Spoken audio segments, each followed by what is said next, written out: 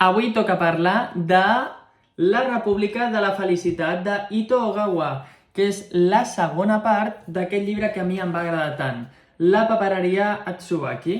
Què dir? Que bàsicament ens ha arribat aquesta segona part aquí a Catalunya aquest mateix 2025, fa qüestió d'un mes, i que en realitat és una obra del 2017. Bàsicament, seguim amb la història de la Hatoko, que té canvis a la seva vida perquè s'ha casat amb el Mitsuro i ara hi ha un gran tema que ocupa el seu dia a dia. Bàsicament, està exercint com a mare de la filla del seu marit, que és la Haru. I a partir d'aquí veurem el tema de la maternitat d'una manera molt peculiar, perquè no és la mare biològica, però ella sí que sent aquest instint de protecció i d'estimar aquesta nena que sembla bastant mutu. A partir d'aquí, a part del tema de la maternitat, el que trobarem és la importància de la vida de casada des d'una perspectiva japonesa que a mi em sembla bastant tradicional i que em xoca.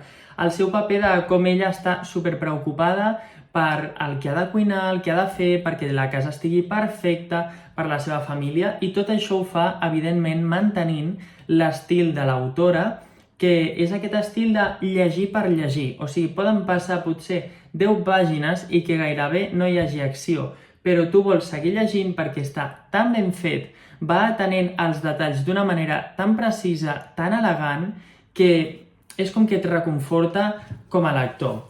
I a partir d'aquí, parlar de la importància que adquireix el menjar en aquesta obra crec que marca un gir, i sí que és veritat que l'autora ha fet altres tipus d'escriptures més relacionades amb els àpats, però aquí ho veiem com una cosa fonamental a la vida de les persones, i certament és que ens trobem i parlem molts cops quan estem al voltant d'una taula.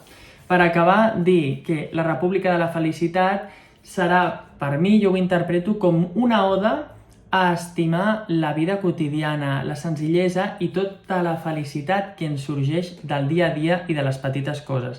Així que jo em quedaria amb aquest missatge, tot i que he de dir que a mi em va agradar més la primera part que la segona.